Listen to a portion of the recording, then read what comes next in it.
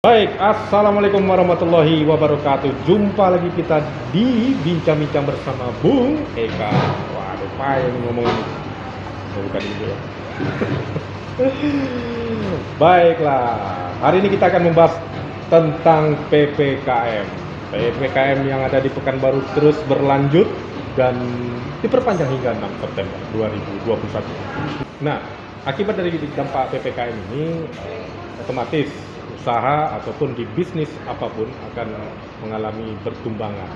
Salah satunya adalah yang kita akan bahas ini adalah tentang hotel, yaitu bagaimana langkah strategi yang harus dilakukan oleh pihak hotel agar bisa bertahan di dunia perhotelan.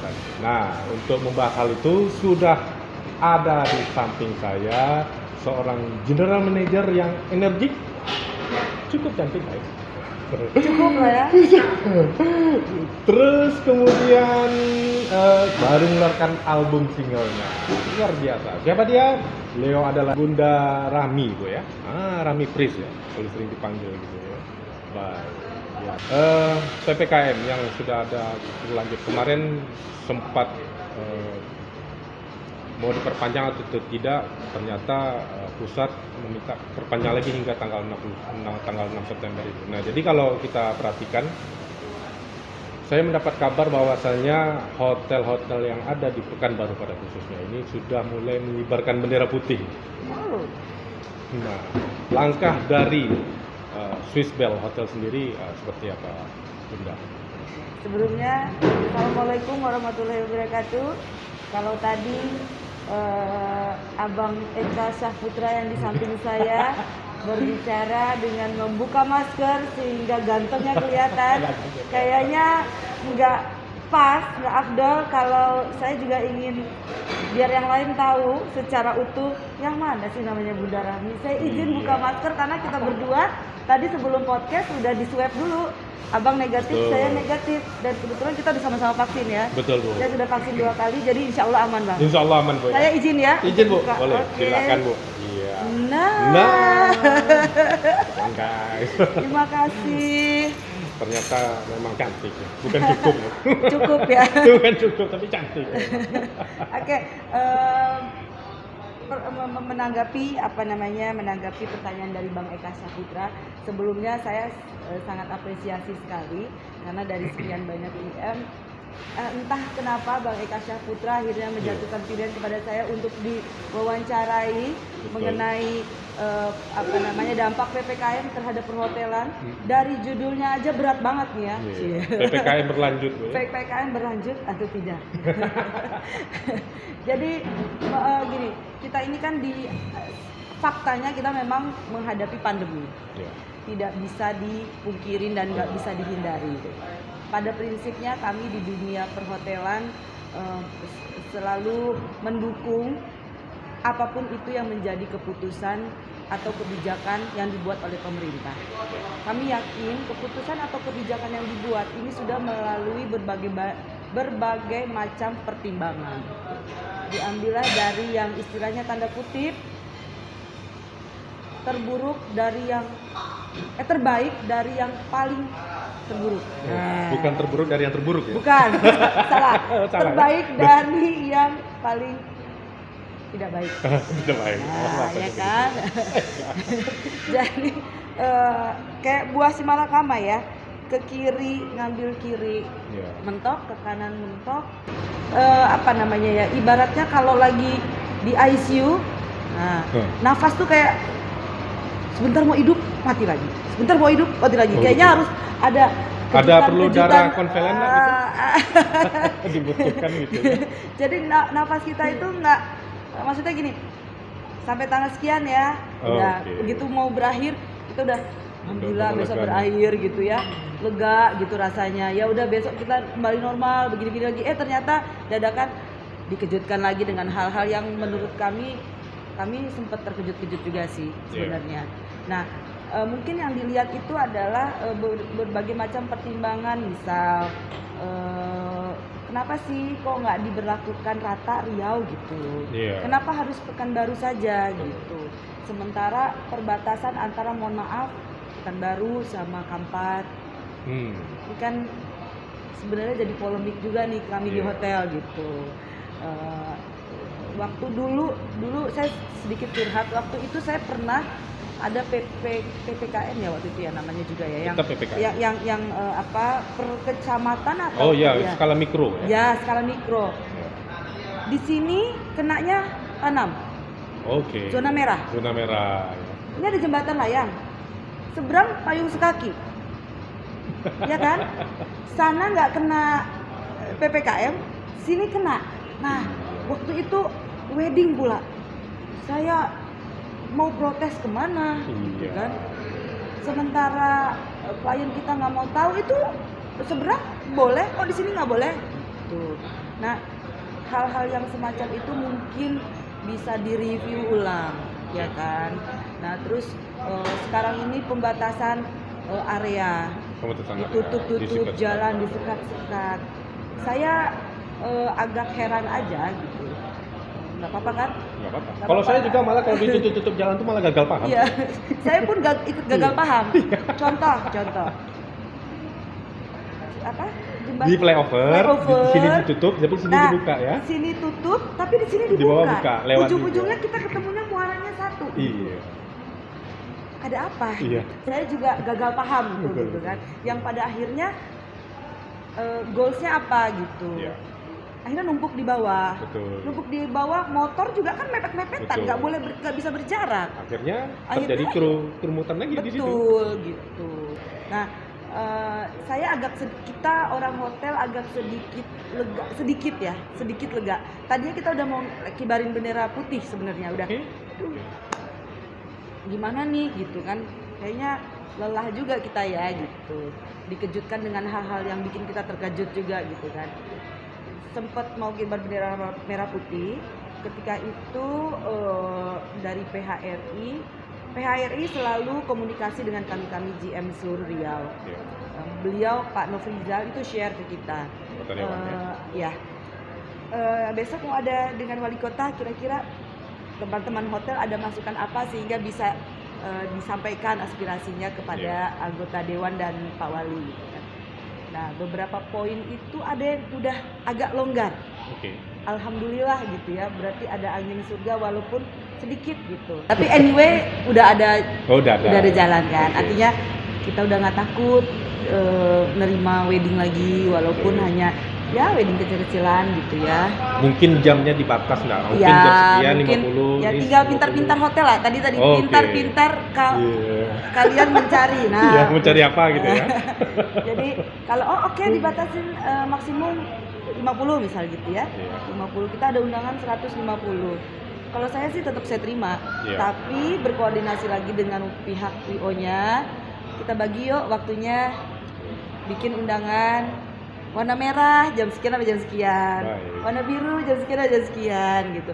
Yang penting bukan dilarang. Kalau kemarin kan masih dilarang masih tuh. dilarang. Nah, itu kan yang tadi yang di Kito boleh wedding. Apa lagi? Ya.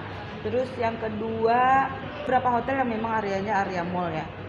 Mall kan kemarin nggak boleh buka. Betul. Sekarang udah boleh buka walaupun cuma sampai jam 8. Alhamdulillah. Kecipratan lah sedikit gitu, ya kan.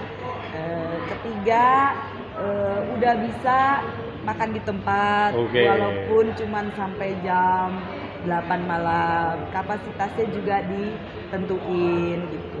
Terus meeting pun boleh dengan standar ya kayak tadi 25% atau 50 orang, terus berjarak. Nah, saya pikir sebenarnya solusinya, saya nggak tahu nih, saya orang awam soalnya, tapi saya menganalisa juga kondisi seperti ini terus. Saya pikir harusnya dibanyakin aja tuh pasukan satgasnya. Oke. Untuk sosialisasi. Oh. Jadi nggak perlu lagi tutup jalan. Iya. Nah, dibikin per area gitu kan. Itu sebenarnya tugas pemerintah. Nanti kita bahas itu. Enggak, aku penasaran. Baik, setelah terjadinya PPKM ini dibandingkan dengan PSBB berskala besar ataupun yang skala mikro ya. Ya. Berapa penurunan atau berapa persen tingkat hunian yang ada hingga saat ini? Sekarang ini udah di 30%-an kalau nggak salah. Satu Riau ya. Saya bicaranya 1 Rio ya, 30% 30% saja. okupansi.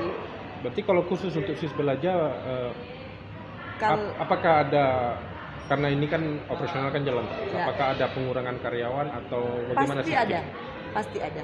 Saya kemarin bulan Juni Juli, alhamdulillah saya masih masuk budget sih. Oke. Itu satu angin surga buat kami sebenarnya. Tapi ketika kemarin masuk PPKM, Mulai masuk PPKM. itulah yang mulai drop lagi. Mulai lambat semua. Mm-mm. Jadi memang ada beberapa pihak hotel pun waktu awal corona datang ke Maret 2020 itu memang 4 bulan kemudian memang turun, tapi pas akhir Desember 2020 hingga memasuki awal Januari 2021 sampai berapa kan omset, ada beberapa hotel omsetnya naik. Cuman memang di bantai PPKM ini memang selesai itu. Iya, ya. Kita sempat gini kok Bang. Saya awalnya mengurangi karyawan dan mengurangi jam kerja, Oke. ya kan? Artinya pendapatan teman-teman berkurang. Benar kata Abang tadi, sekitar semester kedua, bulan mulai bulan puasa ke atas tuh, tuh mulai grafiknya tuh naik. Mulai grafiknya. Nah, sampai dengan kemarin kalau saya sih ngerasain sampai bulan Juli ya, karena saya masih ada ini kan, masih ada event lah waktu itu. Bulan Juli, anak-anak sempat full salary. Iya. Nah, ketika ada PPKM lagi, jadi saya ngurangin lagi, gitu. Berapa penurunan? Hampir 30% tadi, seriau itu. Kalau khusus untuk Swiss Bell saja? Saya sekarang okupansi ada di angka 40. 40 ya. Dampaknya emang luar biasa banget. Ya. Ya, artinya ya message saya sih kepada pemerintah, apapun keputusan dan kebijakan pemerintah kita pasti akan ikuti, kita akan support. Tapi kami mohon untuk direview ulang kebijakan-kebijakan yang telah dibuat, apakah goals-nya sudah sesuai dengan goals yang diinginkan pemerintah atau tidak. Kalau memang tidak, ya dirubah lagi sistemnya, gitu. Kan nggak semuanya kiblatnya harus ke pusat kan Bang. Betul. Masing-masing daerah kan sudah punya otonomi sendiri. Betul. Artinya kondisi masing-masing daerah kan berbeda. Ya kan? Menurut saya mungkin akan lebih baik kalau ada sosialisasi penggunaan masker, gitu, hidup sehat dan lain sebagainya, sehingga imun tubuhnya naik. Nah ini gimana imun tubuhnya mau naik kalau misalnya cari duit aja susah, gitu. Ya kan? Makanya banyak tuh korban-korban. Korban-korban yang sudah tutup gulung tikar ya. Ya kalau nggak kuat mentalnya kan kena imunnya. Iya, teman kita juga buka kafe kemarin baru sebulan kena PPKM langsung tutup habis. Karena waktu itu kan kita sempat optimis tuh. Saya yakin teman-teman itu bulan-bulan Juni tuh udah banyak yang mau mulai buka ini karena udah ada optimis lah ya, ada angin segar. Tiba-tiba karena pandemi ataupun virus corona yang ada di Pekanbaru khususnya cukup signifikan naiknya. Karena di satu sisi juga penyebaran virus saat ini kan kalau menurut datanya sih ya cukup hampir puluhan ribu atau bahkan ribuan per hari yang membuat makanya diberlakukanlah PPKM. Jadi solusinya adalah pandai-pandai kita mencari ya. Mencari jalan, mencari solusi, mencari apapun itu trik marketing dari pihak hotel. Mungkin gini ya Bang ya, ini mohon maaf sebelumnya, saya bukan bermaksud untuk menyinggung para pejabat atau siapapun. Saya banyak mendengarkan keluhan-keluhan teman-teman, terutama teman-teman yang nggak ngerti politik, ya kan. Kami juga butuh data yang terkena COVID ini berapa banyak, transparansinya. Dan memang sudah diumumkan, tapi kami butuh faktanya. Mohon maaf sekali, ini omongan-omongan balik lagi ya, omongan-omongan teman-teman yang ada di luar sana. Kalau di Jakarta katanya udah siaga 1 dan lain sebagainya, faktanya memang benar. Rumah sakit full sampai dibikin tenda, ya kan. Terus hotel-hotel yang menjadi tempat isolasi juga full, bahkan sampai nggak bisa terima dan akhirnya suruh isolasi mandiri, ya kan. Dan ketika mereka memutuskan untuk pembatasan memasuki area dengan berbagai macam peraturan dan lain sebagainya, itu kami sangat memahami dan karena melihat kondisi fakta yang ada di lapangan. Tetapi mohon maaf, di Riau saya belum lihat. Bukan berarti saya ingin rumah kita bukan saya ya, karena saya mewakili suara hati teman-teman kita yang di lain. Kalau memang rame ke rumah sakit nggak ada tenda di luarnya gitu, ya kan. Terus kedua, kami hotel-hotel hanya beberapa hotel aja yang menerima isolasi, dan itu pun yang udah menerima isolasi kamarnya pun masih banyak yang kosong. Gitu.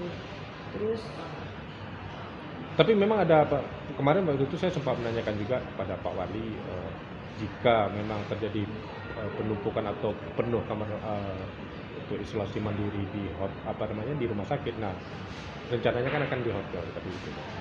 Pihak Siswa sendiri sudah menerima. Terus terang, bukan kami tidak mau mendukung, ya, tapi kamar saya cuma 107 kamar. Karena sekali lagi kalau nerima syaratnya adalah seluruh kamar harus dibayar oleh pemerintah. Oh gitu. Ya, karena nanti image dari hotel tersebut karena kami nggak bisa, gitu. Karena kami tidak bisa menerima tamu normal yang tidak butuh isolasi mandiri gitu. Nah, maka saya putuskan untuk tidak menerima dulu untuk mereka yang pasien ya. Kecuali ada memang pihak rumah sakit yang ingin bekerja sama dengan kami. Saya hanya kasih satu syarat, 107 kamar saya harus bayar full, terisi atau tidak terisi. Dan kedua, saya juga memikirkan risiko dari staf-staf saya.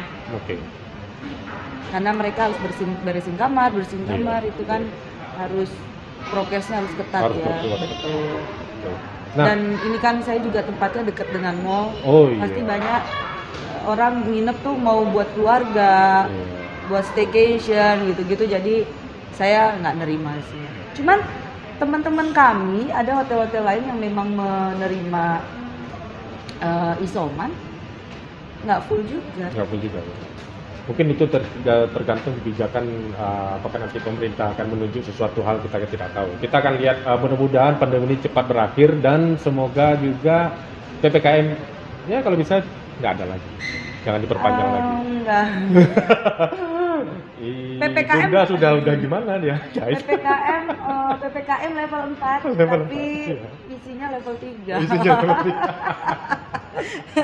Baiklah, jadi level 3 aja sekalian ya. Jadi kalau perlu kita happy gitu.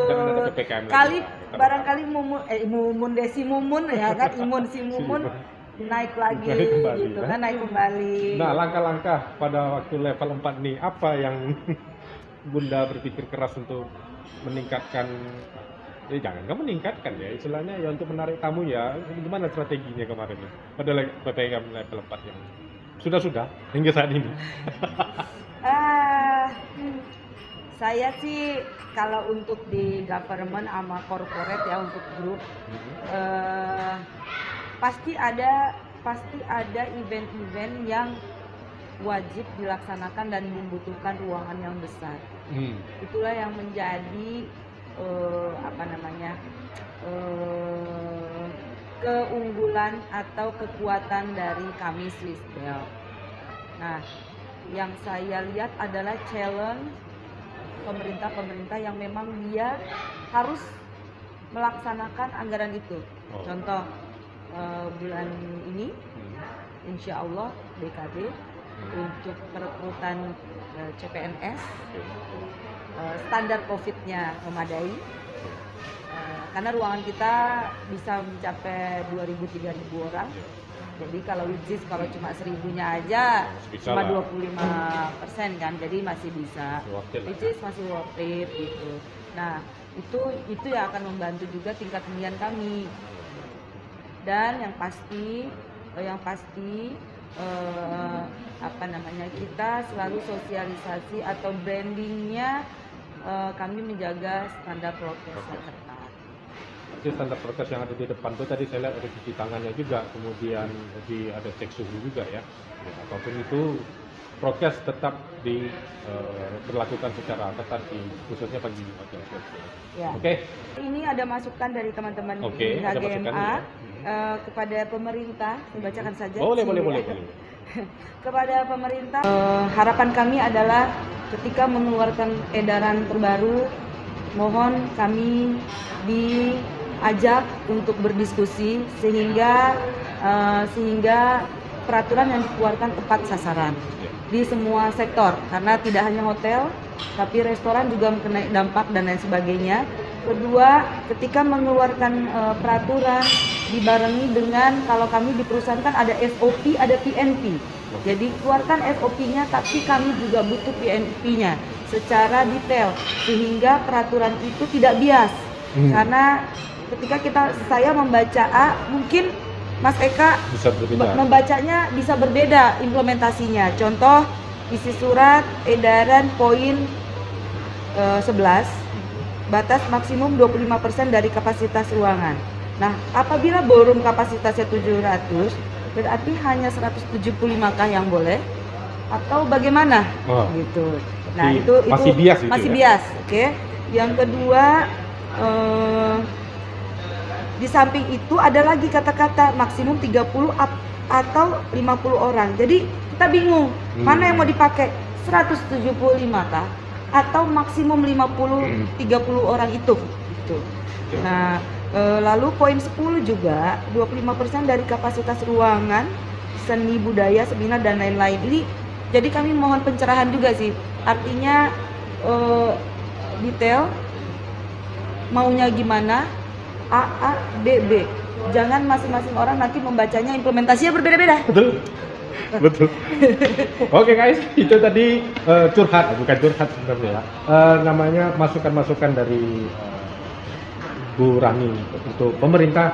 Saya rasa mudah-mudahan dari perwakilan pemerintah baik pun Pak Wali Kota atau Pak Gubernur bisa mendengarkan hal ini, dan kalau bisa bikin aturan mohon dibubarkan dari pihaknya.